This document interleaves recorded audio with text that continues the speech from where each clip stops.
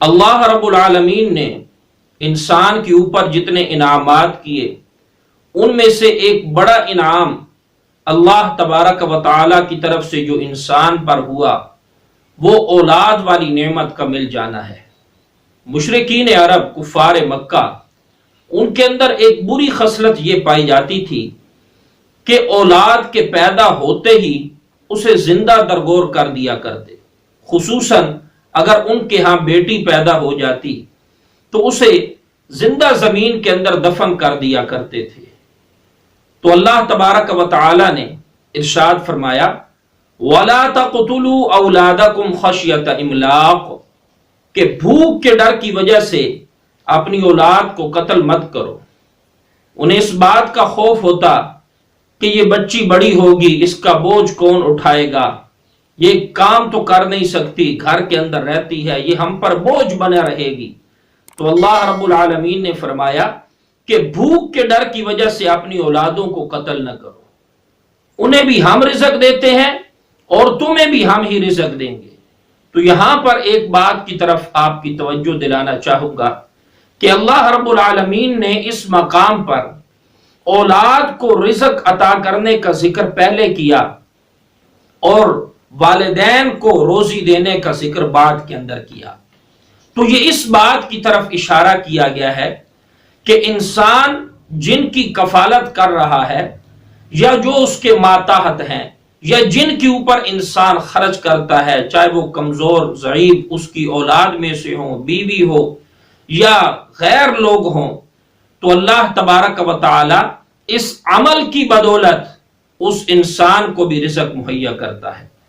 چنانچہ تفسیر مظہری کے اندر ایک روایت موجود ہے کہ امام الانبیاء صلی اللہ علیہ وسلم نے ارشاد فرمایا کہ اللہ تبارک و تعالی تمہاری مدد کرتے ہیں اور تمہیں رزق دیتے ہیں بِضُعَفَائِكُمْ تمہارے کمزوروں کی وجہ سے۔ تو اس لیے انسان کو چاہیے کہ انسان کشادہ دستی کے ساتھ اپنی اولاد پر، اپنی ازواج پر، دیگر غرباء مساکین محتاجوں کے اوپر خرچ کرے۔ اور دوسرے نمبر پہ یہ بات بھی ہمیں یاد رکھنی چاہیے کہ ایک اولاد کا قتل ہے جو جسمانی طور پر اولاد کو قتل کیا جائے، اور ایک اولاد کا روحانی قتل ہے۔ وہ روحانی قتل کیا ہے کہ اپنی اولاد کو اپنے ہی ارادے کے ساتھ، اپنی اولاد کو دنیا کے کاموں کے اندر اس قدر منہمک کر دینا کہ اولاد کے لیے دین کی فکر ہی نہ کی جائے کہ ہماری اولاد دین پر کس قدر عمل کر رہی ہے، احکام الہیہ کے اوپر کس قدر عمل کر رہی ہے،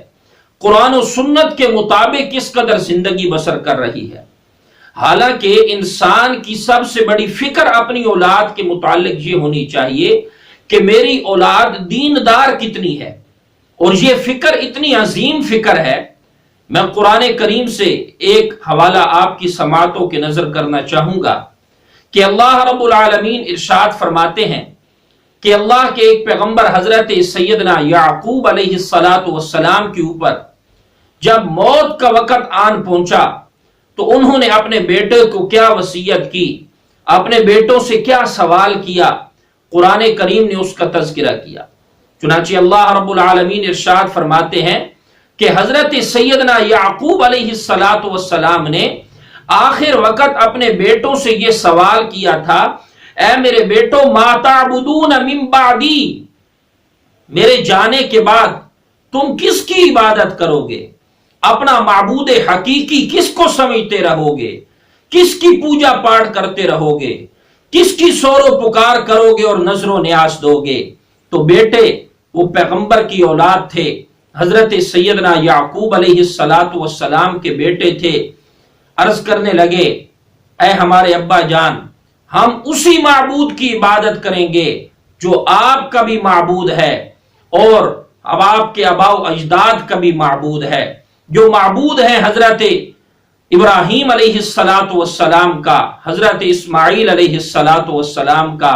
ہم اکیلے اللہ کی عبادت کرتے رہیں گے۔ تو سردست جو بات میں عرض کرنا چاہتا ہوں کہ اپنی اولاد کے لیے دین کی فکر کرنا یہ حضرات انبیاء علیہم السلام کی فکر ہے۔ تو اس لیے آج ضرورت اس بات کی ہے کہ انسان بفضلہ تعالی جسمانی طور پر تو اپنی اولاد کو قتل نہیں کر رہا، لیکن ضرورت اس بات کی ہے کہ اپنی اولاد کو دین کی تعلیمات سے محروم رکھ کر اپنی اولاد کو روحانی طور پر بھی قتل نہ کرے، بلکہ اپنی اولاد کو دین کی تعلیمات کے دینے کا بھی ضرور اہتمام کرے، اور دین کے احکامات پر عمل کرنے کی بھی انسان ضرور فکر کرے۔ اللہ سے دعا ہے کہ اللہ کریم عمل کی توفیق عطا فرمائے۔